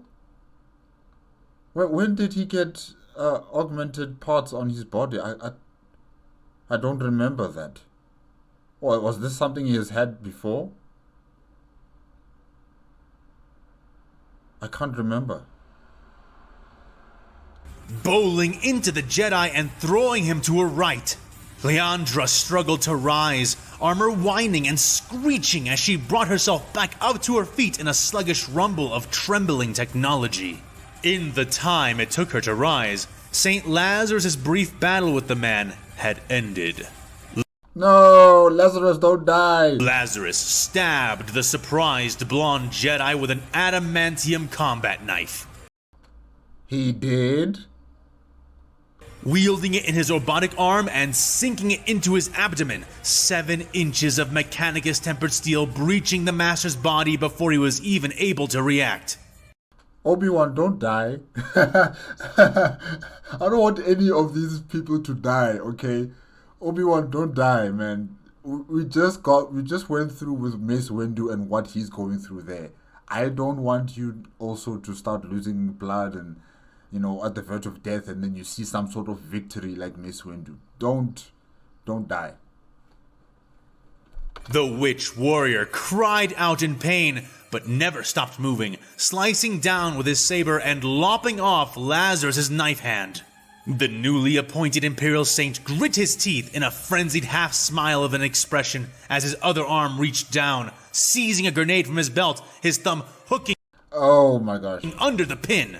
But the grenade was yanked out of his hand by another demonstration of witchling power, the pin remaining on his thumb as the grenade flew into the Jedi's free hand, where the witch then tossed it far over his shoulder, the detonation following shortly after, reaching none of them. Oh, I thought he was going to throw it at...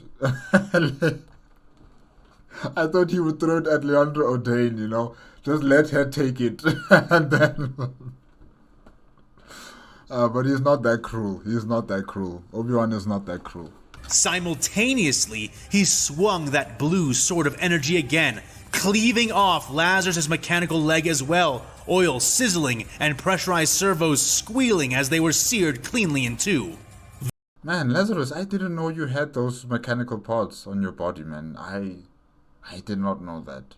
The saint born Oh, if I did, I forgot. Yeah.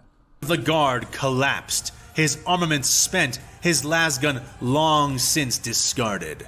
Leahandra tried to stop what was about to happen, clambering for her sword, barely able to pick it up by the time the Jedi had raised his blade to strike the final blow, but was elated to find she was not the only one moving to act. A line of the guard who remained roared and rained fire from their lasguns and auto pistols. For Saint Lazarus! Straight into the Jedi's direction, forcing him to raise the blade of his defense and dance away from where he loomed over the fallen saint. Holy sword now in hand, she rushed over to him, finding him attempting to crawl backwards with his 2 remaining limbs. What are you doing? You cannot throw yourself at the Republic's witch lords like that! We cannot lose you! That's what I'm saying. That's what I'm saying, Leahandra. We cannot lose him like this. I know he likes to be on the front lines. I know he wants to get his hands dirty. But there's a time and place for these type of things. This is not the time, and this is certainly not the place. If they lose you here, it's over for them. For the Imperium of Man forces. It's over for you guys. You are a saint. You're not just some regular Imperial Guard soldier now. You are a saint. You must understand that. You are a symbol. And if you die, they die as well. They lose hope. She scolded as she grabbed him by the back of his flak armor, Servo squealing as she lifted him, letting him lean against her for balance. He looked at her, his half-grin still present, his expression and remaining organic eyes showing the madness that had nearly taken him. Leahandra, slap him. He needs to wake up from this trance. He needs to wake up. Explain that to your mother, he said as she tried to carry him back and away from the fight, their movements slow at best. I'm not the one who's going to give her the news that her daughter died before I did. Well, before I did again. She charged me with your safety, the safety of everyone left. I can't just... He ranted, delirious with panic and adrenaline. And she could see why.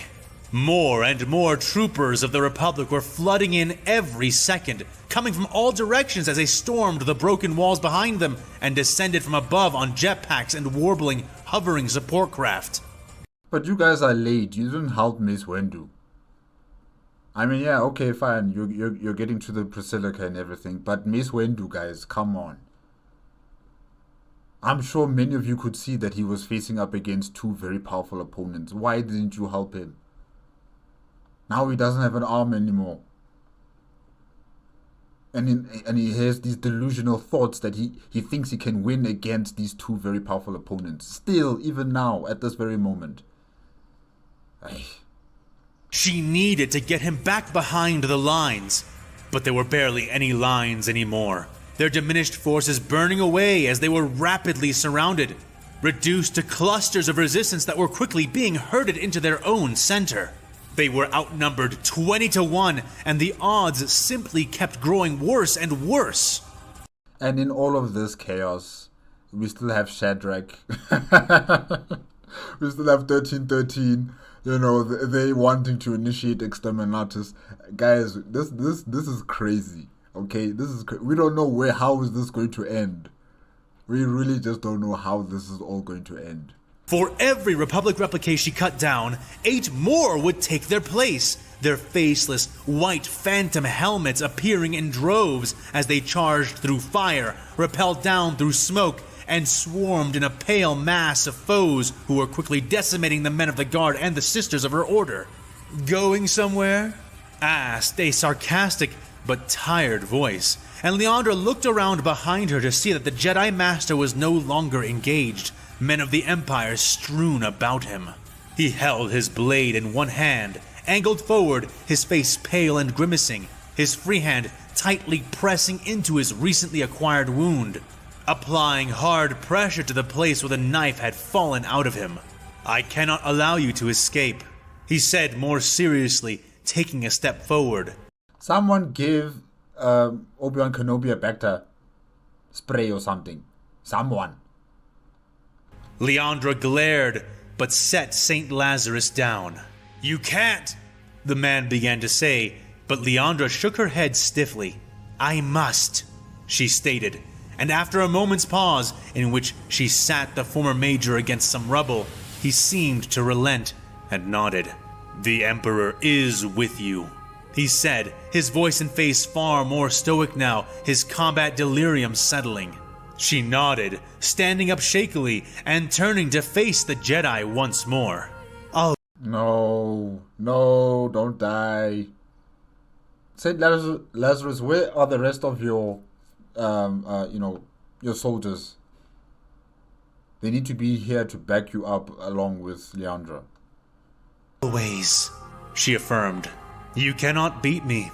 You can barely move. Surrender and you will be treated fairly. This is your last chance. The Jedi offered when his eyes met her own. She shook her head, stabbing her blade into the ground and reaching up to her armor, slowly tearing off a portion of her breastplate and reaching for a red handle under the panel of ceramite she had dislodged. I guess there's no point in wearing the armor anymore.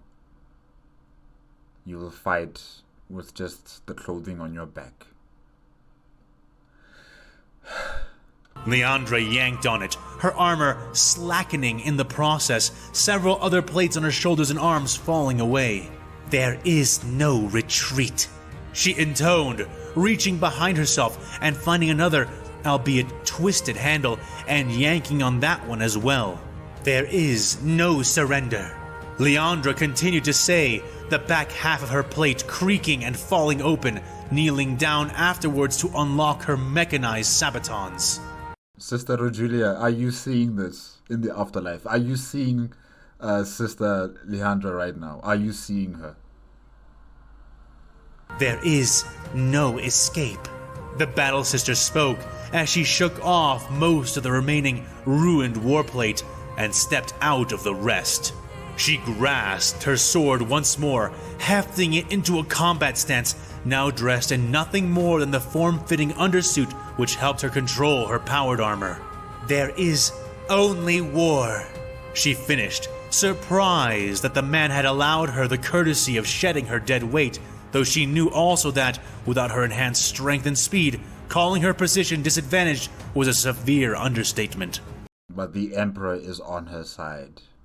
The Jedi grimaced and shook his head, raising his saber back straight as the smoke around him was roiled and pushed by the repulsor lift technologies of 7 new Republic gunships. More Jedi and clones standing at the open doors and staring down over the Jedi Master's shoulders. If you insist, he relented, his knees beginning to bend as clones and witches began to rain down onto the battlefield all around and behind him. He raised his glowing blade before his face in what Leahandra realized was a duelist salute. She returned the gesture with a grim nod. Win or lose, this was the natural state. This was true war. For the Republic, he said before lowering the blade and beginning his advance, hand still clutching his wound, his true target watching from behind Leahandra. For the Emperor, she responded, grasping her blade in both hands and moving forward, ready to embrace her god in glorious death. Hey, you can't let it end like that. You have to, AFanWithTooMuchTime, you have to let the music end it for us. I mean, that was good. That was so good. I love that. Oh, I loved that. That was so nice. She's taking me back to Rejulia. Really, she's taking me back to Rejulia with what she was saying there, and the fact that she's just taking off her armor and she's preparing to fight one last time, and that, you know, she has this firm belief that the Emperor is on her side. She's taking me back to Rejulia. She's taking me back. Oh my gosh. That was good. That was really good. Okay, yes guys, that's it with Star Wars. This is Warhammer 40K episode 42, Mortal Fall part 3, made on the AFanWithTooMuchTime YouTube channel. Yeah, wow. Mace Windu. I've said this before, that he is exerting himself too much. Fighting against Samuel Wyler, and then he was fighting against the guardsmen who were protecting St. Lazarus, and it just continued to tire him down, weigh him down. And then also you have to add in Hatek, who also came in there and started attacking him, and it was a tag team that Mace Windu could not respond to, really. He tried his best, but it's just not enough. You know, he needs another Jedi to be beside him. Someone as powerful or as comparable to Obi-Wan Kenobi. And the clone troops, I don't get you people. You can see that your general is in trouble. Why aren't you trying to assist? I know one of you is pointless. 2 of you is still useless. 3, 4, 5, 6, 7, 8, 9, 10. As many of you guys as possible. You have to pile up on these guys. You have to pile up on them. You have to. Because Mace Windu is in trouble here. He is really in trouble. He claims to be able to see some sort of pathway to his victory against these 2, but I don't see it. I don't. At that rate, he's going to die. So, I don't know. The clone troops have to really pick up their socks and start helping their general. He's not Superman. He's not a all-powerful being that's going to make it out alive, fighting against these 2 very powerful opponents. He's going to need your help. Of course, Leahandra, yes, she is making her last stand here, but I'm worried about Saint Lazarus and his forces. How many of them are left? Why aren't they backing up Sister Leahandra, fighting against the clone troops and the Jedi who are here? I think they need to come in as soon as possible, because they did help before, just at the moment when Obi-Wan Kenobi was going to put the final killing strike against Saint Lazarus. They did help out. So where are they now? They need to get to that location where Leahandra and Saint Lazarus are at that very moment. They need to get there as soon as possible. And then we still have the issue with the Exterminatus weapon. That storyline, I don't know where are we heading with that, but like I've said before, we just don't know where this is going to end on Axon. Whether it is going to be a victory for the Galactic Republic, or it's going to be a victory for the Imperium of Man forces, or it's not going to be a victory at all. Axon is just going to blow up, kill everybody there. Mace Windu, Obi-Wan Kenobi, Samuel Wyler, Hatek, and everybody else on the planet. It can happen. It can happen. And then Ahsoka's plan to try and negotiate a peace is not going to happen, because they'll all just be killed by the virus bomb. Yeah. No, we'll see. We'll just have to wait and see. But yeah, guys, that's it. Thank you again to AFanWithTooMuchTime for such entertaining content. Really, I did enjoy this episode, episode 42, part 3. And remember, guys, if you want to check out the original video as well as AFanWithTooMuchTime's YouTube channel, the links are going to be in the description below. If you like my reaction, please give it a like, comment, and subscribe to my channel. Click on the notification bell if you want to be up to date with my latest videos. And I'll see you guys in the after talk, which is next. Yes, you'll probably see the card for it somewhere around here. Yeah. All right. Bye-bye.